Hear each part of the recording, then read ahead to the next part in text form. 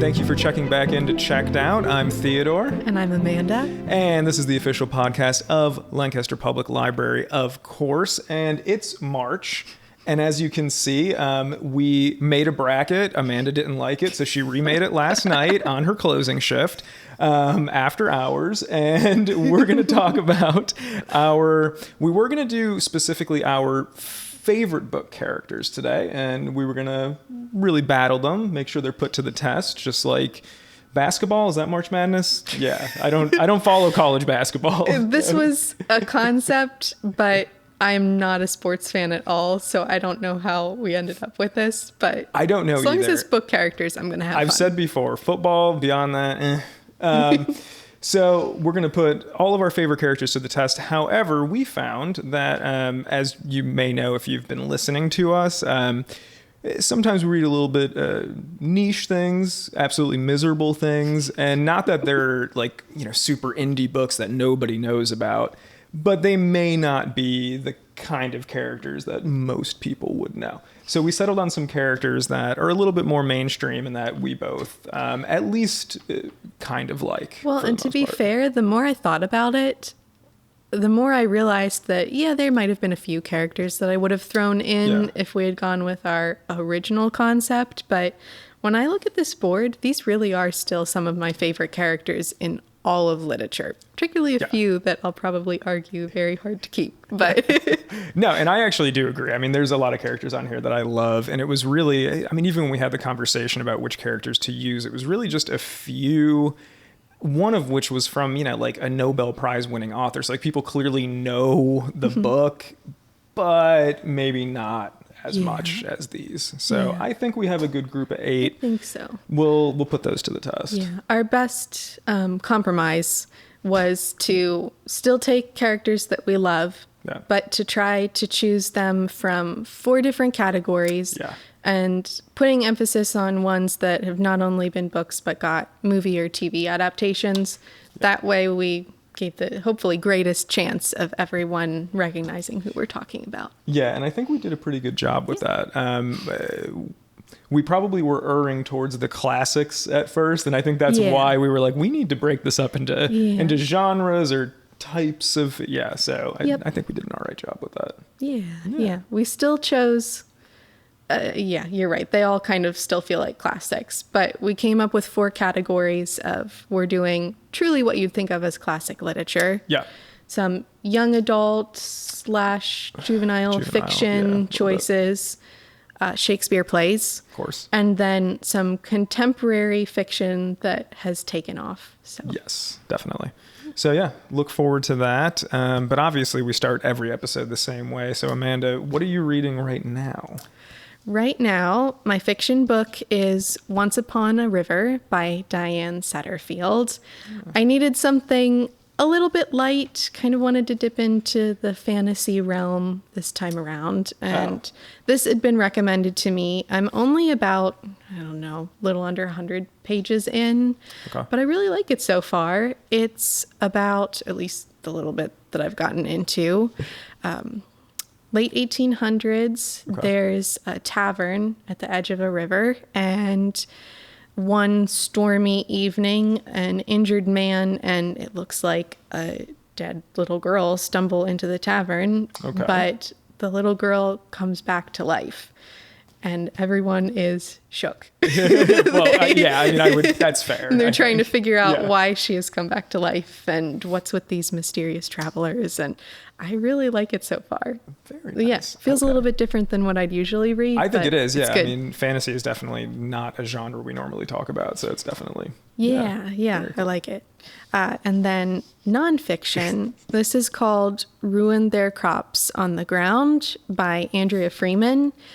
This is my heavier read. It is about how food has essentially been used as a political weapon throughout the history of the United States, starting with where the title comes from, that George Washington ordered his troops to ruin the crops of the native peoples as they were marching through. Yeah. And it is enlightening, but sad. Yeah. So I have to intersperse it with my fiction chapters for sure. Yep. Yeah. I mean, always keeping it heavy, even when the news is heavy. So I really admire that. We've talked about it. We're part of the sad book club. So yeah, it's true. It's true. That's actually not a bad idea. A sad book club. Honestly, yeah. Right. I'm down to start that if you fantastic. That'd be a lot of fun. Yeah. Very cool. Cool. So how about you? I only have one book this month. I think last month I had two going, but I think we both said we just had an amazing winter reading challenge. Yes. Just here alone, we had 272 people complete it, but then I know Mountville had another 116. Mm-hmm. It was just an incredible turnout. And we had both said, I'm not sure if I completed it. Things were a little busy the last 2 months. You said the same thing. Yeah. You may not have completed it. And it's the beginning of the year. That's how it is. So one book, but it's called The Welsh Girl. It is by Peter Ho Davies. Anyone who knows me here knows that the one thing I talk about the most is Wales and being Welsh. And I'm kind of obnoxious about it. And so as soon as I saw this book on our shelf, this is not my copy, this is ours, so it'll be available. I was kind of infatuated with it because I don't read a lot of World War II fiction. But being set in Wales, I was like, oh, well, this can bridge the gap of a place that I'm not super familiar. And what it does is it follows three characters. So one is a young Welsh woman in North Wales, which is the most beautiful place on earth. Go there now. Who works in a tavern. One is a German POW in a British camp in North Wales. And then the other character is a German-born Jew who now works for the British military and intelligence. And it kind of bops around between them. I'm assuming, because it seems to be kind of going that way, I'm about in the middle of it, that the stories kind of at some point intertwine. But right now it's just kind of fascinating hearing about, even in the midst of war, I've complained about this a lot too. So, the English were still so mean to the Welsh, and they were calling them Welshers, which meant liar. And I know I'm focusing on the entire wrong things here, but, it is honestly a fascinating book. I am loving it. The writing is brilliant. He's a professor at the University of Michigan, and he's Welsh and Chinese born. But it is, absolutely brilliant so far. I know you love World War II fiction. I told you to add it to your list. Welcome to the world of historical fiction, and I love that period. So it's honestly fascinating. I'm loving it. He kind of writes almost, I think we've talked about this before, almost Irish, like doing more with less. It's not overly wordy, but it's beautiful by the same token. So yeah, highly, highly recommended. It's in our collection. It's set in Wales. I mean, come on. What more do you need, right? What more do you need? Yeah. So check it out. Perfect. Yeah. I'm going to have to check that out next. Definitely. It's great. So, time to get started? Time to get started on this bracket here. So Amanda already kind of broke down what the categories are, and we did actually keep the characters in their categories, so we didn't end up with a situation where it was being dominated by some of the classics or the Shakespearean characters. And I think we also kind of ran into a situation where we don't necessarily hate any of these characters. Because the initial idea was to only pick our four favorite, and we might end up not liking some of them, but we did not end up there. Hopefully there's still enough pros and cons that we can make some fair decisions. I have notes, and I see you have notes as well. Okay. So where do we want to start? Do we want to start with Hermione and Jonas? Sure, why not? Yeah. So going for our juvenile/YA category first. Yeah. Hermione Granger from the Harry Potter series, which obligatory caveat of there are a lot of political and social things around this series that might make us uncomfortable to promote it now. But when we were thinking about books that we loved from our childhoods, these two really surfaced. And big time, honestly. this was an important and beloved character to both of us. Yeah, and I think a lot of people could probably relate to that with that series in general. Exactly. It's unfortunate what has happened since then, but there's a lot of characters from those books that I think really resonated with It was hard to choose my one generation from the series. and with your generation. So, yeah. Yep, perfect. Okay, so Hermione Granger and then Jonas from The Giver. Yeah. So, Kick it off. how do we get started? I want to hear who are you going for here? I'm honestly going to have a hard time deciding, which is probably going to be the theme with all of these. But there are so many things that I love about both of them. Yeah. Hermione is such a go-getter and so smart. Yes. And Jonas is the same way in a lot of instances, but he is a little bit more cautious and polite than Hermione is in some ways. Yeah, but I do think towards the end of The Giver, he's almost as feisty. I mean, how that story ends, especially. That's true. I Yeah. mean, making the decision to essentially, give the memories to the. I mean, you don't know what ramifications that's going to have, Yeah. and that's kind of a wild. I mean, probably a good decision. That's kind of up for debate, but still a brash and strong decision. But I think in a different way, more of like in a leadership type of way. Yeah. Yeah. Well, and I see what you're saying of he still has some of that youthful angst in him of when he finds out what his dad does for a living and that he has to euthanize the children that are imperfect, that he doesn't want to go home. He's in a rage. Yeah. He's still got some of that fire that Hermione has too. Exactly. Yeah. I mean, me personally, I'm all for Hermione. Hermione's always going to be your gal. I know. she's so, I don't know, she's so above it all, and I absolutely love it. But then by the same token, like, I feel like she was kind of a beacon for kids like who were bullied for being a little bit different. I think in the movies how she's portrayed, well, 100% she was portrayed a bit different in the films. Yeah. But in the books, like, there's very much a lot more to her character in terms of what she's going through at school.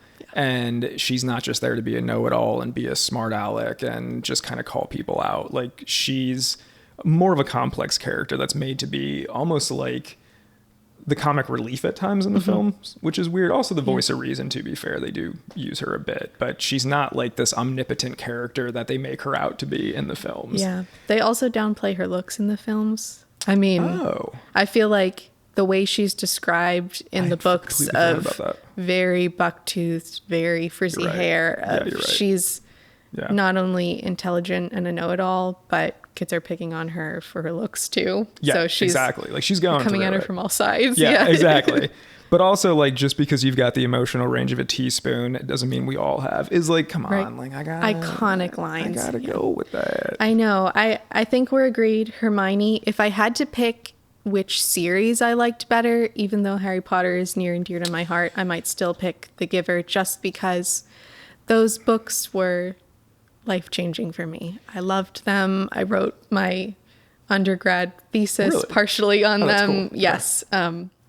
So series, I'd pick The Giver, but I think if we're just looking at the isolated characters, I'd still have to go with Hermione.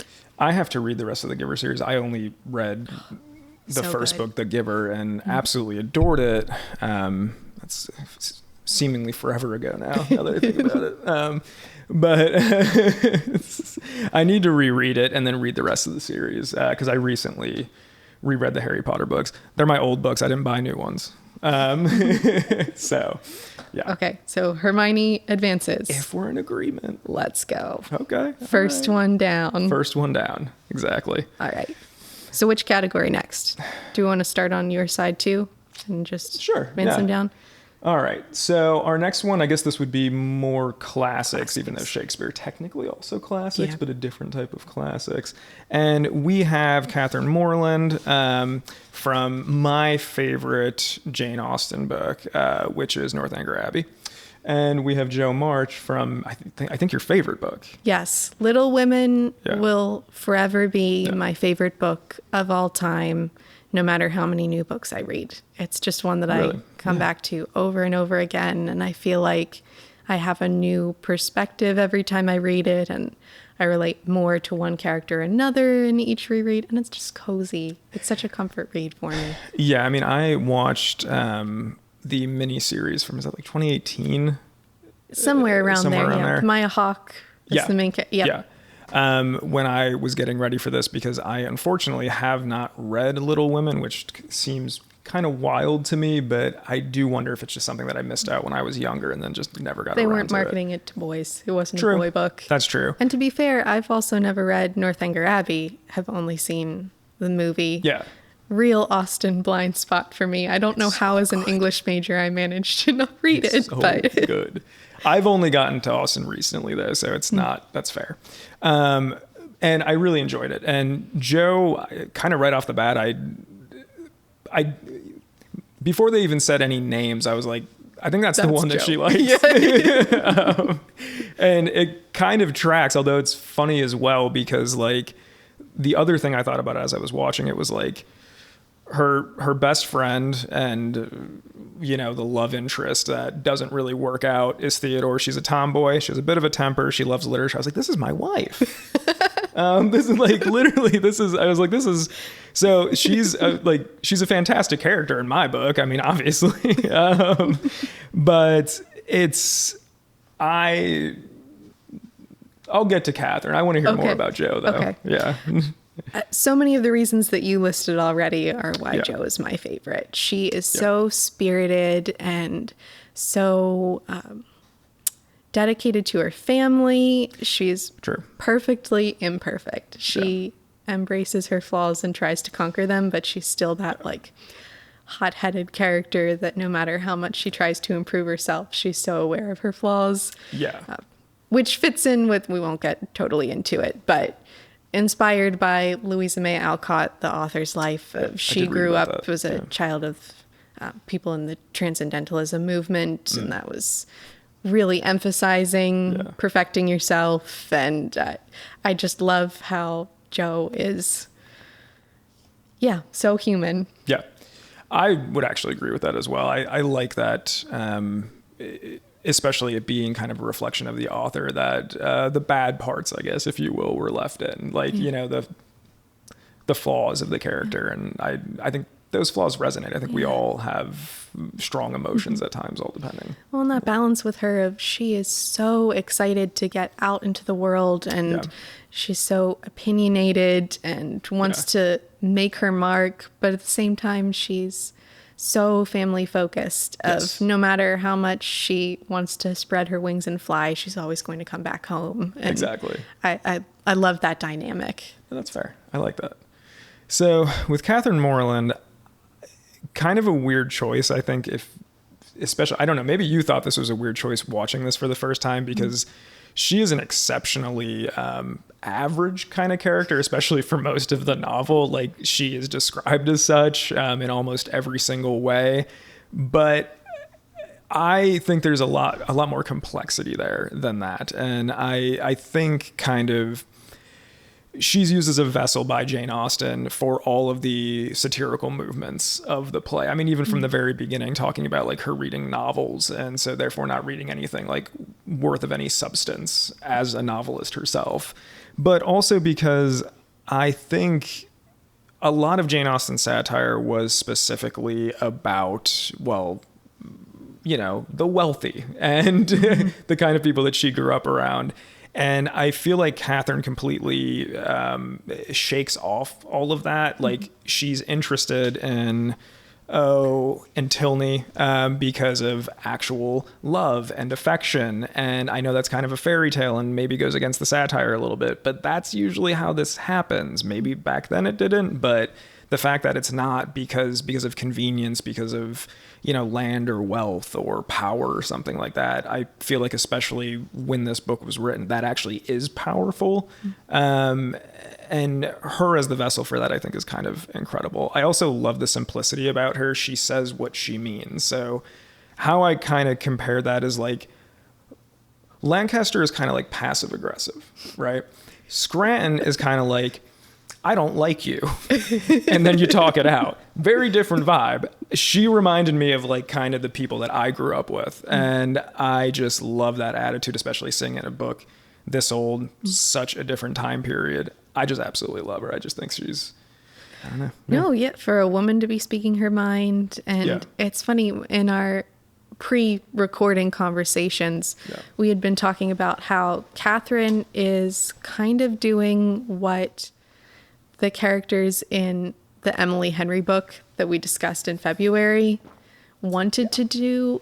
Jane Austen is actually subverting the tropes of her day. All of the people poking fun at novels as women's literature and silly and ruining women's minds because it's filling them with all of these romantic notions. Yeah. She's taking all of that with Catherine, who is very much like a dreamer in the beginning and wants to have that fairy tale, but truly transforming her and still giving her the grand romance, but making her a wiser character in the process. Exactly. Yeah. I love it. So but this is kind of a tough one because I like both. As much as I love Austen and Catherine is a wonderful character. No bias at all, right? Jo is my girl. I'm going to have to vote for Jo. So I will let that pass. Okay. After experiencing Little Women, finally, I was like, okay. After you compared her to your wife, you can't choose Catherine. You have to choose Jo. That's a good point. All right. Yeah, never mind. I voted for her from the beginning. All right. What comes next? Do we want to do plays now? Let's do it. Okay. Do it up. Yeah. All right. So we have Beatrice from Much Ado About Nothing, and then Lady Macbeth from Macbeth. This is no competition. Really? It is Lady Macbeth all day. Okay. All right. So do I even argue for Beatrice? I want to hear it. I want to hear it. Kind of similar feelings about Much Ado About Nothing as I have with our classic literature. I absolutely adore the dynamic between Beatrice and then her love interest Benedict, that it's this kind of enemies to lovers trope of all they do is mercilessly tease each other and they're not interested in each other, and all of their friends are like, you're obviously in love. And then hilarity ensues and they eventually end up together. But Beatrice is also such a feisty character, not just in the humor sense, but in her, to try to summarize, if it's been a while since you read the play, her cousin is wrongly accused of cheating on her fiance, essentially. And they have to fake the cousin's death because the fiance calls her out in front of everyone at the wedding and completely destroys her reputation. And Beatrice is saying to her love interest then, like, prove you love me by killing the fiance. And that energy, I think, matches Lady Macbeth almost. So, but that's the problem. Almost. Okay. Lady Macbeth. She's still a little too soft. Got the murder. I mean, I do appreciate that, like with Beatrice, from what I remember, so he came back and said he challenged him to a duel, and that wasn't enough for her. And I appreciate that. That's great. But Lady Macbeth got her man. That's true. That's true. She needed a man to get her like that velvet and satin wardrobe, like, and she got it. I don't know if that's actually what she needed. Not of woman born, everything crumbles in the end. And to be fair, we're pitting a tragedy against a comedy. True. So you're not going to have the happy ending. In all seriousness, though, too, I do think like, maybe this isn't as important because it is kind of about if we just like the characters, but Beatrice eventually kind of lets herself be subdued to the system, if you will. Like she just gets married and becomes what a woman in that era would have been, as where, not that Lady Macbeth fared much better, but I do think being a tragedy, there was a little bit more social commentary, especially so obviously we both took Shakespeare classes in college, so we read this plenty and watched a lot of adaptations. But I looked more into like some of the discourse behind it, and there was a lot about mothers in early Middle England, and essentially being blamed for literally everything, because there was super high infant mortality, super high risk of dying in birth. And so anytime there was any issue with the baby, it didn't really matter what the facts were. They were blamed for it. And so it was this feeling of being, I mean, kind of, you were ostracized, even though you were the only path forward for the human race. Yeah. And I feel like her kind of, constant talking about like shedding of her femininity and about, infanticide and all, like, I feel like maybe it wasn't, I don't know Shakespeare, was a social commentary on what women were going through at that time. And she just took that energy to 100, got what she wanted, completely regretted all of it. But I appreciate that she followed through. Yeah, no, you're right. She is in a part of the social circle that she had no power, and she found a weak enough man that she could find some power for herself. And that's pretty good. Yeah, I admire the spirit. Exactly. You got find yourself a weak man who has a path to the top. Don't do that. That's terrible advice. I mean, she's a master class in manipulation, to be sure. Yeah. But okay. I mean, it's up to you. I will give this one to you as well. It's always going to be Beatrice in my heart, but I'll let Lady Macbeth win there. That's pretty good. I'm not very persuasive, so that's a good win for me. All right. And we have our last one. So it is contemporary works, really. And what we have is Bill Furlong from Small Things Like These, which is by Claire Keegan, who I think I've said multiple times Amanda introduced me to just a few months ago. And the child, or just the narrator from I Who Have Never Known Men. Yes. And I know for you, this was a big choice. And I think for both of us, Bill was a huge choice. So this is going to be kind of interesting. Yeah. And I want to see where you start off with that. Yeah. Again, with this category, trying to make that compromise between literature that's taken off recently, that's kind of, I don't know, is in the zeitgeist, kind of a blown up on TikTok, social media, all of that, of these books will change your life.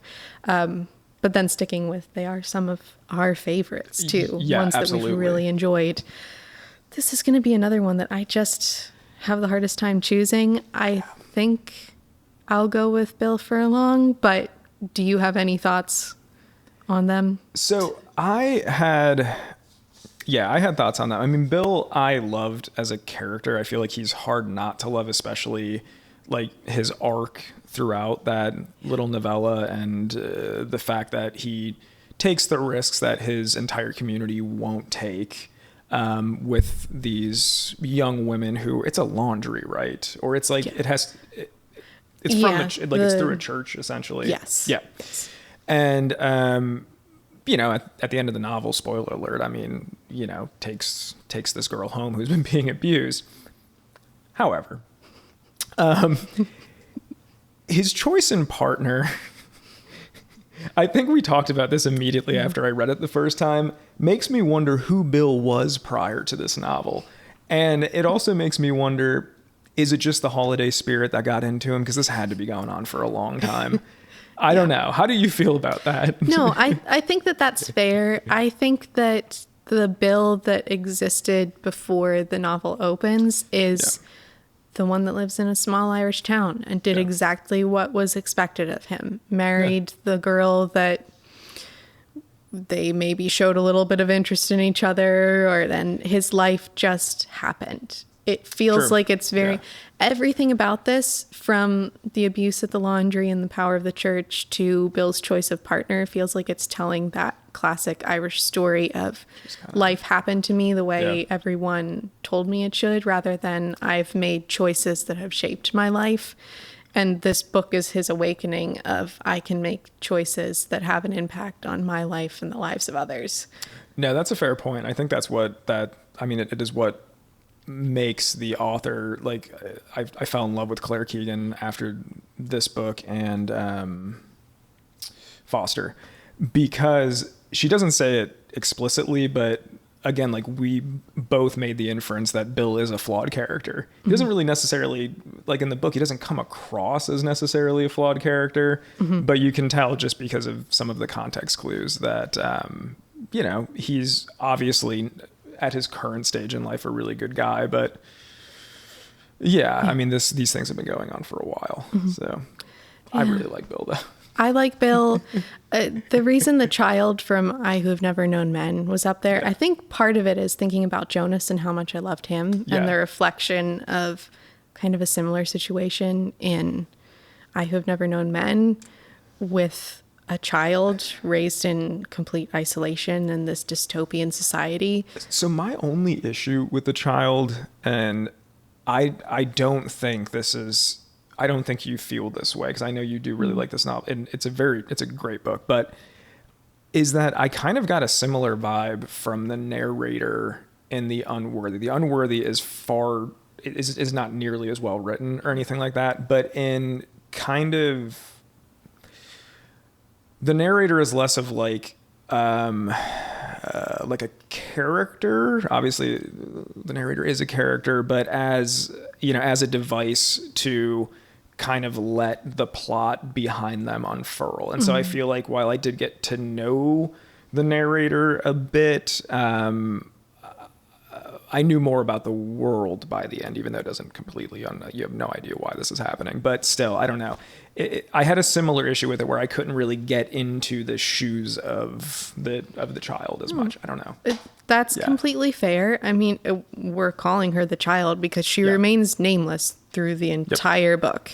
So maybe that little bit of identity issues 100%. is intentional. I don't know. I did feel more agency and character from her than I did from The Unworthy, though. Absolutely. I think I don't know. Yeah, no. I don't mean that they're like the same, but I think like just little bit of similarities in what I didn't like about that book. Although this is way better than The Unworthy. And it's just such a thought experiment too of what her set of morals is so different from what we would, I don't know. She's completely broken down society. So she's built the ethics and morals of this character from the ground up. And also I did love that, like, from the get-go. I mean, actually really, really early on in the novel, she is questioning everything, even as simple as asking, like, why are they keeping like, this has to be expensive. Yeah.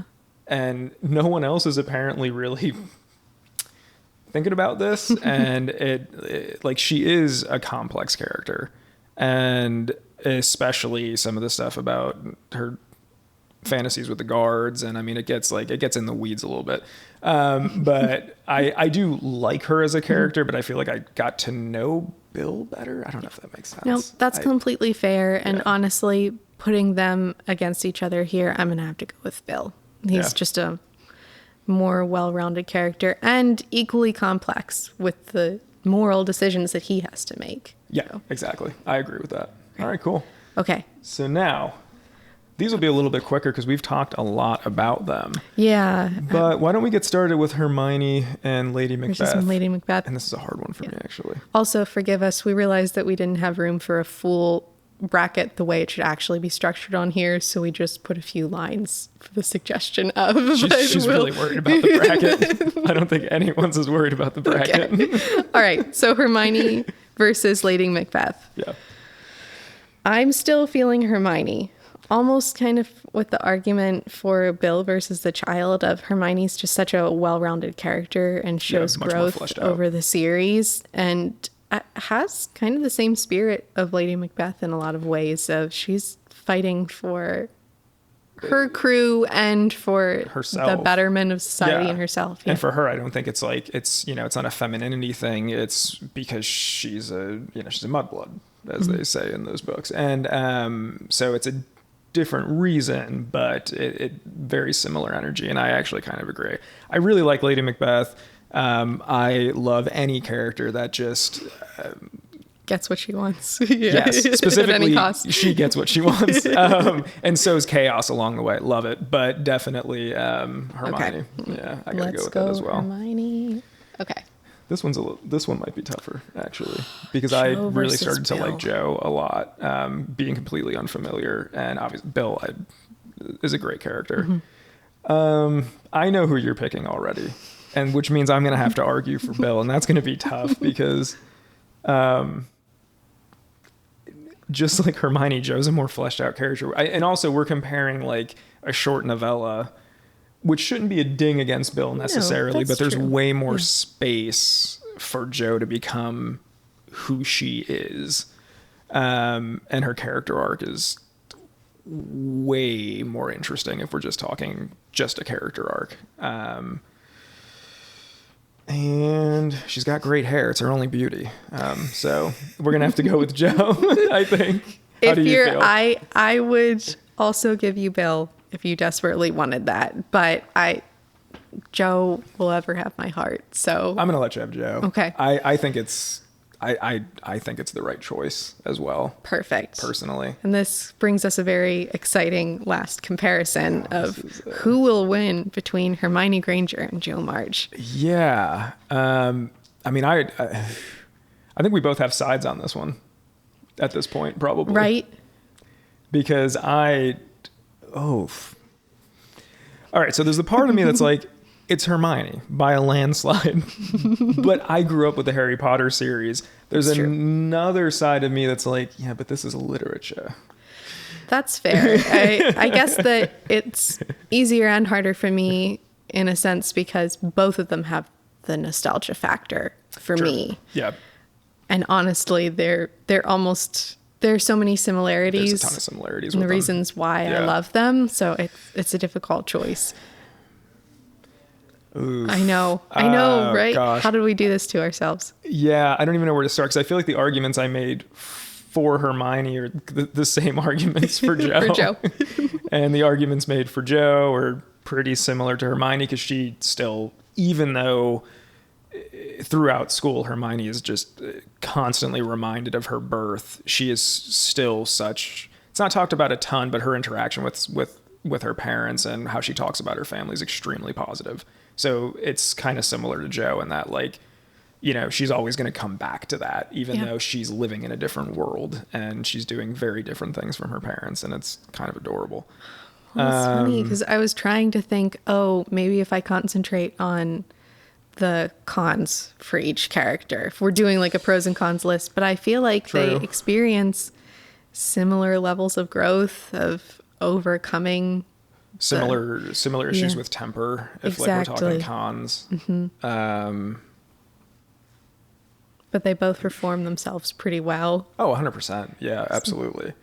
I remember when I read the Harry Potter books, so the one ding is that I don't know why, but I was not happy that she married Ron. The funny thing is, I can give almost a similar argument with Jo because I hate that she marries Professor Bear. That was a little weird. That dynamic is, yes. There's a power dynamic there, I think. Which is also a whole thing of Louise May Alcott wanting Jo to be single, and she couldn't at that time. She had to marry her off to someone. But, exactly. Yeah. All right. So I feel like someone's just going to have to cave. I'll cave. Are you sure? I'll give you Jo. I'm willing to cave for Hermione too. I'll cave. Okay. Is it Jo? Jo March is officially the best character in all of literature. In all of literature, you can't argue that. We've done the math, the science. We made a chart and a bracket. That's it. You can't argue that. So, all right, cool. Well, let's move on. Perfect. Thanks again for joining us for this most recent episode of Checked Out. I had an absolute blast doing this bracket. This was a fun one, honestly. I just feel like we both were invested in it. Yep. And so it was just so much fun. And Jo did win. I was going to say, such a good discussion. And Jo March was the victor, so I'll be happy about that forever. Before we go, do we want to maybe give a shout out to a program or two that's coming up soon? I think so, yeah. So before our next episode goes live will be our third annual Earth Day extravaganza. So this is the third year we've been doing it. It's an incredible partnership with so many different organizations. And I know, Amanda, you've been pretty involved with it the last 2 years with the Seed Library. So if you want to say a little bit too. Yeah, the Seed Library has blossomed within the past year. Yes. We are so excited of how many members joined and how many seed packets were donated and borrowed. We have so many new plans for this year, and we're excited to have another year at the Earth Day extravaganza and kick off some of those bigger things coming for the Seed Library. And what's the date on the Earth Day extravaganza? It's April 18th from 10 a.m. to 2 p.m. Yeah. Fun for all ages for that whole time. So if you haven't been before, check it out. And if you have, please come back. Yeah, it's genuinely a blast. We've both been there the last few years, and last year we had to bring it inside, but plan on being outside this year, and hopefully it's rain or beautiful. shine. So rain or inside shine, if it is bad weather. Exactly, but hopefully we have some nice weather so we can see y'all outside. Great. Yeah. So we will see you around the library, hopefully at Earth Day and at the podcast next month. But until then, check back into Checked Out, and we'll see you later. Yep. Thanks. Bye.